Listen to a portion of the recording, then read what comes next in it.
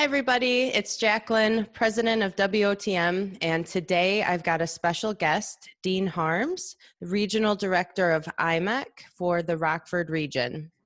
While IMEC serves across several industries, their focus has been and continues to be on manufacturing. And so they want to help organizations achieve more profitable futures across areas of leadership, operations, strategy, customer support, and workforce and other results. So, Dean, welcome. Thank you. Thank you for being here with us. So tell me, I guess for our audience, what's your take on who IMEC is and what your role is within the agency in our area? IMEC is a statewide organization. We're a public and privately funded organization connected with the U.S. Department of Commerce.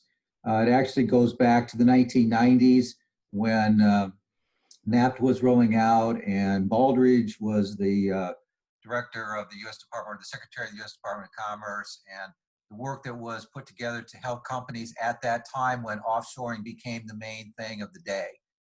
In order to help American companies to be more competitive here in the United States.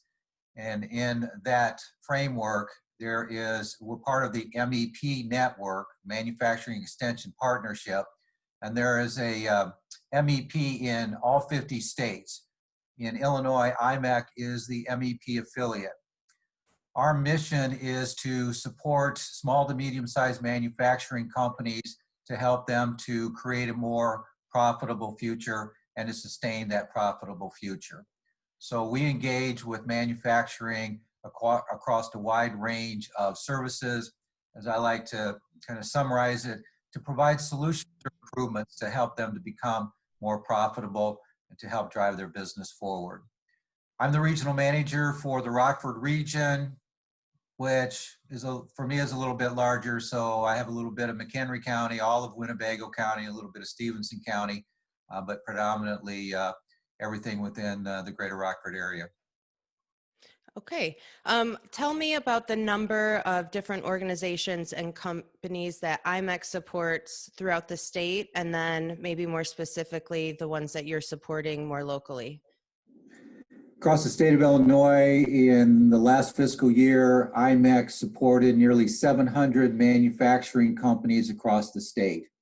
So we have a pretty substantial reach, and what's important to our mission is the impact that we are able to achieve with our clients. And what that typically means is for every dollar that a organization would invest with IMEC, how many dollars do they get as a return on that investment? As of our 2019 fiscal year, that averaged about 20 to 1. So for every dollar spent, a company could expect to see a $20 return. That's extraordinary, I think, in a large degree, but it's something we work very hard at. I especially am focused on that so that when we're working on programs that are going to provide solutions or drive improvements with an organization, what can that organization or manufacturing company expect to get back? And without that return on investment and that impact, we'd kind of be like everybody else out there, I guess, to a large degree.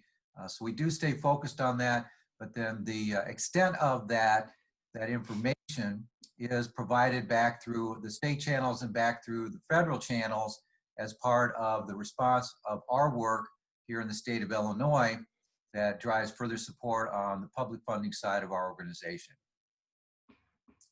Wonderful. So can you give us, our audience, an example of a company that you've been specifically working with that really speaks to driving the mission of IMEC and that success or that case study? Well, I'd like to speak a little more generally. I always respect my clients' privacy. I haven't asked anybody specifically if I could share information, so I'm not going to do that today, but I can certainly talk about the type of organizations that we work with. Again, small to medium-sized manufacturing companies based on the market area across the Rockford region, that totals about 1,200 companies. So there's a large manufacturing base here. A small to medium-sized manufacturer for IMEC is based on employment or employees within the organization. So a 1 or 2 person company obviously would fall into that category, all the way up to 500 employees per location, which means that we work with companies from $500,000 to $1 million a year, to $5 million to $10 million a year in revenue, to 25 to 50 to $100 million, all across that spectrum. And with that, dealing with the range of clients, our key decision makers, which oftentimes are presidents and owners of the company, local business people that we're working with here in the Rockford community, through the traditional corporate management staff, senior leadership teams, and the organizations, and particularly in the areas that, where we might do work. But in general, in the Rockford region, pick a manufacturing company. We work in the aerospace community. We do a lot of work in there because through our connection through the U.S. Department of Commerce, we're also connected with the NIST segment of that, which is the component that drives cybersecurity, which is a part of the DoD, which has been a fairly hot topic if you're in the aerospace community. And that's all about cybersecurity and compliance to the DoD standards. So we work in that area, but all levels of manufacturing. And as you know, in the Rockford community, machine shops make up a big group of that, of our manufacturing companies. So a lot of privately owned organizations serving a tremendous amount of different industries. And right now, some of them are very, very busy, even in the midst of the COVID outbreak that we've been dealing with. So if a company's manufacturing something, we would be able to support them. And I will say there's a little crossover. We've done some work outside of the manufacturing community because some of our work will transition over, but for the most part, we do manufacturing. Right. So with IMEC and kind of structurally, you have different technical specialists. So those people could go in and work from anything from direct staff, right? And then also working with, you'd mentioned presidents and CEOs of companies, so guiding that strategy. So you're kind of, your reach is very broad in terms of the services that you can provide and offer, but at the same time getting very technical while kind of hitting those different buckets of needs. Yeah, absolutely. A lot of our work, when we connect with organizations, we typically talk about what their current state looks like. Where are they at today? What are they dealing with? What are the challenges that they have? But then we talk about what's an ideal future state. Where do they want to be? What do they want to accomplish? And a lot of our work then is that gap analysis. How do we get you from where you're at to where you want to be? And what do those programs look like? Could be a single program, could be multiple programs, or it could be a transformational program or process that we get engaged with as well. So a lot of different areas, as I often share with clients, we basically have a program or a service from your front door to your back door. I'm one of those guys that I'm all things to all people. I've got endless amount of opportunity, both with technical specialists, but we also have a fully vetted group of third-party resources to complement our delivery ability. So it's just a matter of identifying what are the priorities, arranging those priorities in a way that makes sense to move forward with a vision on accomplishing the objective of providing that solution or that improvement which helps the company grow and move forward to become a more profitable, sustainable company. Wonderful.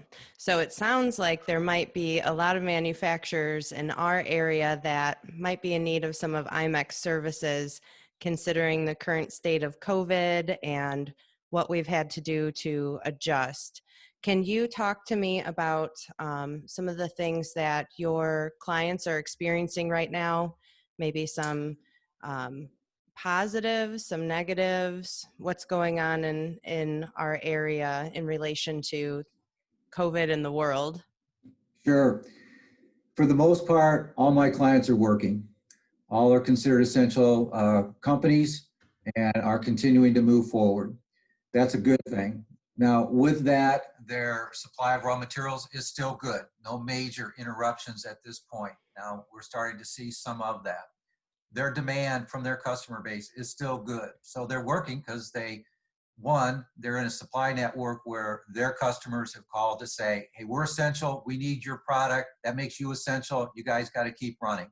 And certainly they do that. And so, and in some cases, the clients have also found that they're busier than ever. Demand is up. They're in a unique spot within a supply network that's fulfilling needs within the national markets to some degree. So their business is looking pretty good. So that's a positive to sustain cash flow, because we obviously have experienced the layoffs, the furloughs that we're starting to see across the different industries here that are affecting us in the Rockford region. Their biggest concern, of course, is workforce and workforce safety, as it should be. And those people are going to work every day to do their jobs. So many of the companies are doing everything they can, letting people work from home as much as they can, doing their social distancing within the manufacturing environment, which can have some challenges, doing extra cleaning processes to keep the facility clean. But I think to a large degree, focusing on their employees. Hey, are you feeling okay? Are you not feeling okay? Just to keep an eye on that. And I've had some instances where clients here in the Rockford region, they have employees whose spouse works in the northwest suburbs, for example, that may have been exposed. They send those folks home. So not to risk the exposure and working through that. So a lot of people are moving forward. There's a lot of positives from that. Looking out on the horizon, out into June, July, August, September, it starts to get a little fuzzy out there. So the backlogs haven't really pushed much beyond that. We don't quite know where we're going to be. So as everybody's come to experience with this event, there's a lot of moving parts. The landscape changes every day, and we have to be very flexible, adaptable, and ultimately working together. This is all about people. Companies aren't going to pull themselves out of this.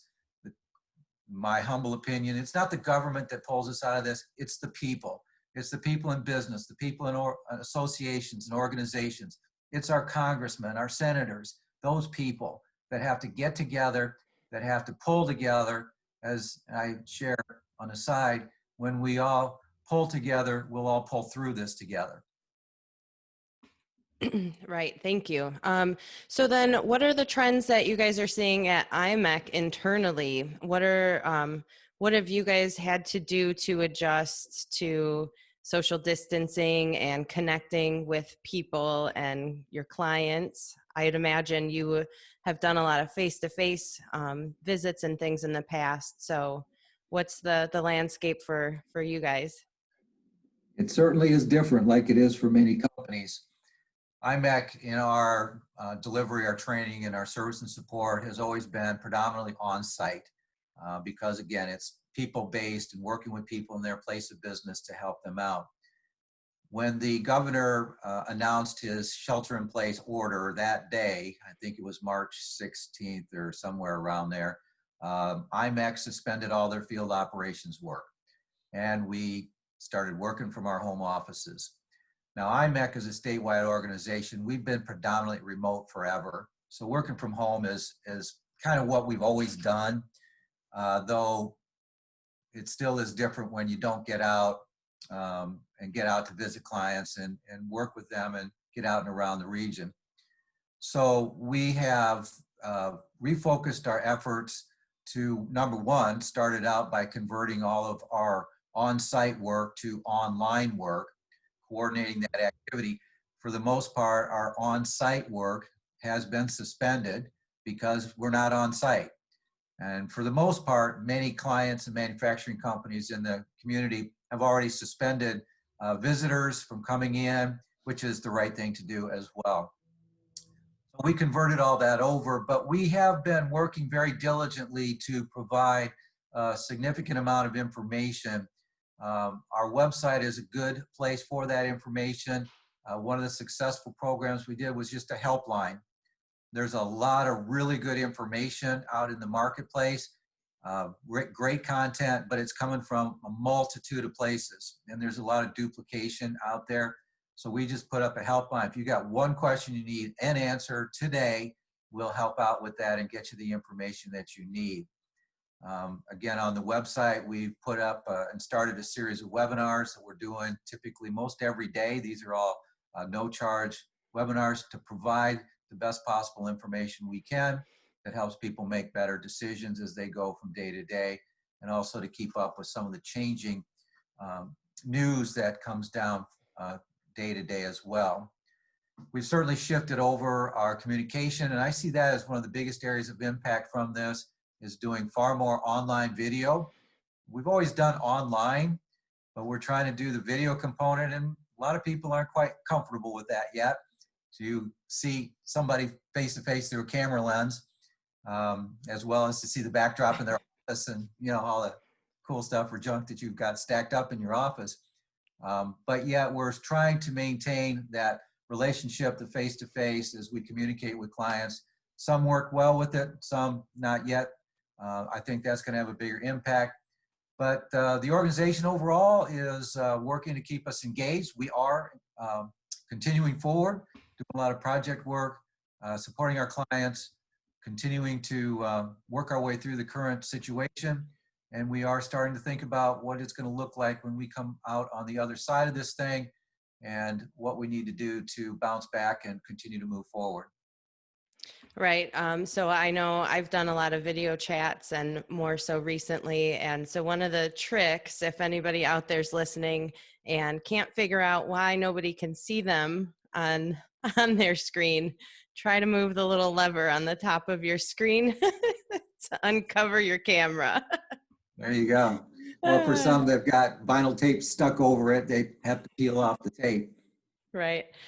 So tell me, have you seen any opportunities for growth or pivots? Like what's a good example of a company that's been able to take this crisis situation and turn it into a growth opportunity?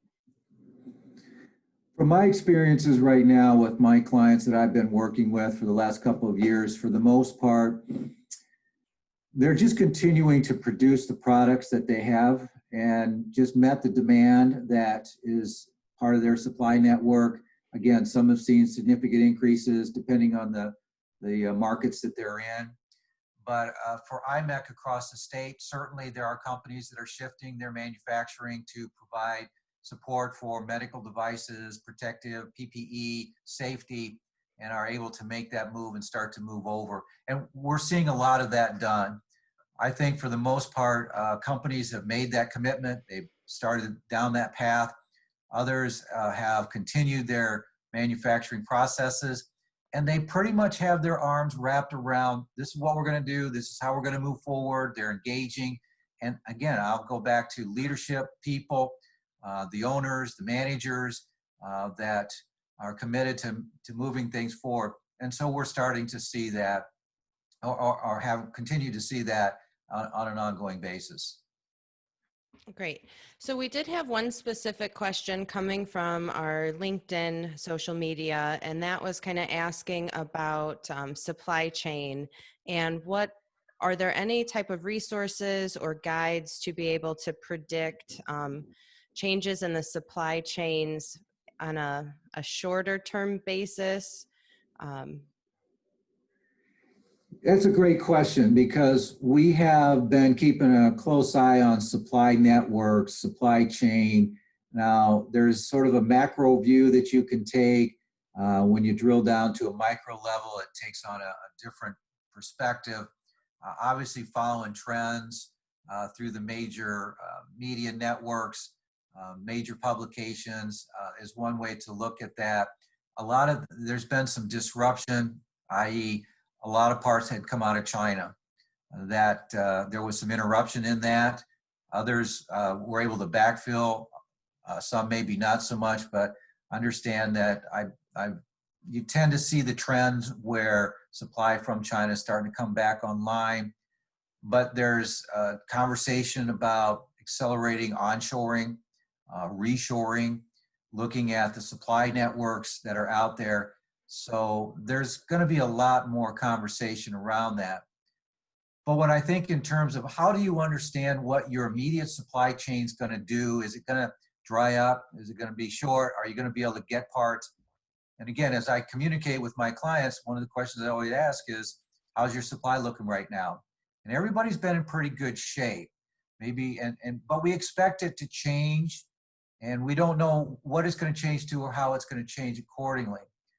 So the typical thing that most people would look at is through their purchasing functions, they're going to have to rely on their relationships with their suppliers and stay in close communication with them on a regular basis, be it daily or weekly. Obviously, they've got orders out there. They've got shipment delivery commitments from those suppliers and would be tracking to make sure that they're going to deliver on time. The other challenge, of course, is logistics and the shipping companies. They're pretty overloaded right now, courtesy of the continued delivery of products and services that are ordered online, which is delaying some of the deliveries as companies look to their manufacturing schedules to keep things balanced and moving forward. But there is a delay there. There is some contraction. To assist with that, what IMEC has done is set up a supplier matchmaking portal. Again, hitting our website, under the right on the header is a button that'll take them to a link. So we're now helping companies that have concerns about their supply network or have had shortages, or we'll help them go out and find another supplier and help bring them online. So a lot of work has been going on in that area. We suspect that's going to continue, especially depending on how long this event may go. We're all hoping the shelter-in-place order is going to be lifted at the end of the month, but it depends on who you listen to. No. And that's the challenge, because so many moving parts, changing landscape on a daily basis, and it varies across the United States. So there's areas that are showing some improvement, but we have to deal with what's going on here in the state of Illinois. And so that's where we also can couple in the helpline, the supplier matchmaking through the supplier portal.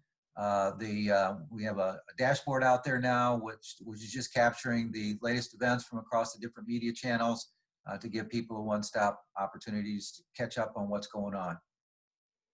Wonderful. That's a lot of good resources. As we're wrapping up, I'll have you repeat those, and then we can overlay them on the screen so that people tuning in can have those available. So I guess you've given us a lot of really great information. It sounds like IMEC has been on top of it and being able to help all of their clients and manufacturers in the state of Illinois, which is really excellent. Is there anything that WOTM can do, or how do we continue to engage in the region with our members and different leaders in manufacturing? Well, I certainly think that the series that you're doing, that I've had the opportunity to be a part of today, is a great thing. Sharing good quality information, because I'm a firm believer that get the best information you can to help you make the best decisions that you can. So knowing what those sources are and having access to that. So this is certainly one of those platforms. Supporting companies through the social element of this. At the end of the day, a lot of us have been working from home for a long time. We got a long way to go, and we're supposed to be staying at home. Some of my neighbors aren't quite into that yet, so there's a lot of stuff going on in driveways in the afternoon and the evenings. And I understand that. We're social people. We like to be together. We don't like to be separated. We like to hang out with people. This is why it's such a challenge for a lot of us. So just pulling together as a community, leadership, members of the community, getting on the same page, understanding we've got certainly some differences, but we can all work through that. That's fine. And we're all working really towards a greater cause here. And I think that's the strength of it. When we turn our focus to that and do what we can, something real simple. If you're going to go through Starbucks or Meg's, we'll put a plug out there for the coffee shops today, pay for the car behind you. COVID 2020, pay it forward day, doing a little something extra for other people. That's really the focus I think that we've been working on at IMEC, is how do we help the manufacturing community? How do we, and when we do that, we help the entire state. Absolutely. Okay, so do you want to list any resources that might be available, or I guess you can email them to me and I'll put them in the video for people to have. And Simplest one is just to go to the IMEC website, imec.org, and on the header are the major buttons right there. Just click on them. They'll take you all the sections, get you the information that you need. The far left button says COVID-19 updates. That opens up the dashboard, and there's significant information in there that you would find from other sources as well, but it's just a one-stop location. And then there's a lot of news articles in there on the latest news that's coming through the media channels throughout the day and the week. So that's really our best resource right now, other than just to reach out directly to either myself in the Rockford area, and I can help direct resources and or make connections to help people with their current requirements. Wonderful. Well, thank you so much. I feel like we covered a lot of good information, and I don't know if I forgot to ask any solid questions. Is there anything that I missed that you'd want to discuss? No, I think that pretty much covers it. I will, I'll just say real quick, we are starting to think about what life's going to be like as we come out of this and we get on the other side of this, and what companies are going to need. Some companies have had bigger challenges than others. Other companies have fared a little better because of the unique position in their supply network and their industries. We still have a lot of safety concerns as we continue to move forward. They'll have to be addressed, I think, even after the shelter-in-place order is lifted. But we'll just continue to come together as a community and continue to draw upon our resources. And, in the world of IMEC, we're here to help. We're a phone call away, so whenever there's a need or a question that doesn't go answered, or we'll do all we can to help out any way we can. Wonderful. Well, thank you once again, Dean Harms, Regional Director of IMEC for the Rockford region. I really appreciate the time that you've spent with me the past couple weeks, just keeping me up to date on information, and then being a guest on our WOTM video chat. My pleasure. All right. Take care, Dean, and just keep sending us good information, and we'll stay connected. You bet. Thanks. All right. Take care.